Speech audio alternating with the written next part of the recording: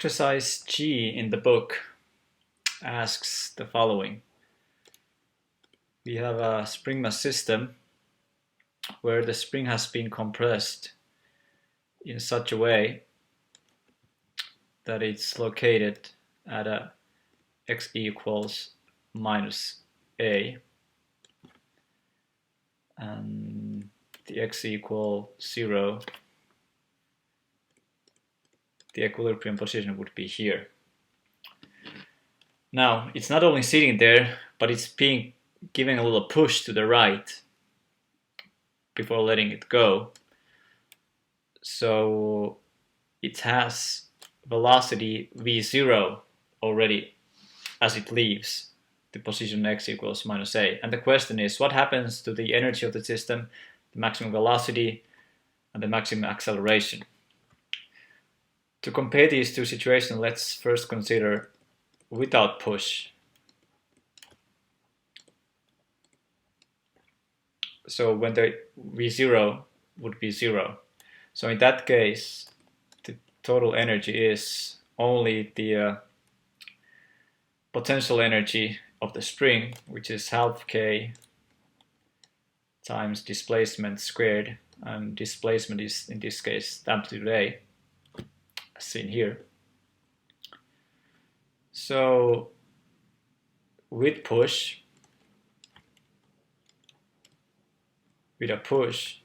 the total energy would be not only the half k a squared, but also the kinetic energy, the initial kinetic energy of the mass, which in this case would be half m v0 squared. So by comparing these two formulas or expressions, we can easily see that the E2, so when there's a push, the energy is larger by this amount. So the energy of the system increases. Now, when we have the push, what would be the total energy in this case? Again, we could use E total equals half over m v max, whatever it is, squared, or we could use half over m a star squared. A star is now the amplitude of the motion. Notice that when it's being pushed initially, the amplitude is not going to be a. It's going to go further than that in the other end. And the new amplitude would be a star. So to come back here, for the convenience of this problem, I denote the total energy when the mass is being pushed being half times m a star squared. And if you didn't believe it earlier, it's pretty straightforward to see from this that the new amplitude a star must be larger than the amplitude without a push a, because we have this extra energy term here.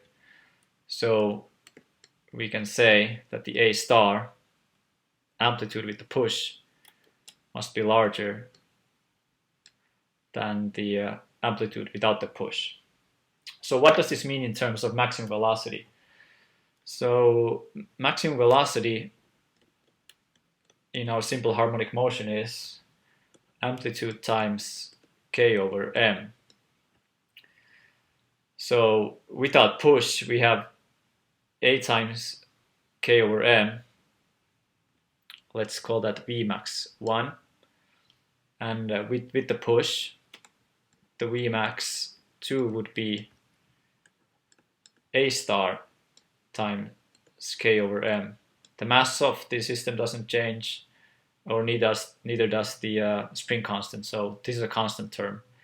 So from here we can say that v max 2 must be larger than v max 1. So also the maximum velocity increases. What about the acceleration?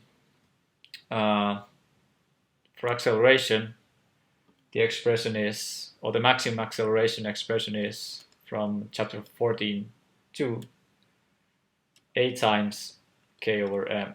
So this would be the maximum velocity without push. So what is it with the push? It would be a star times k over m.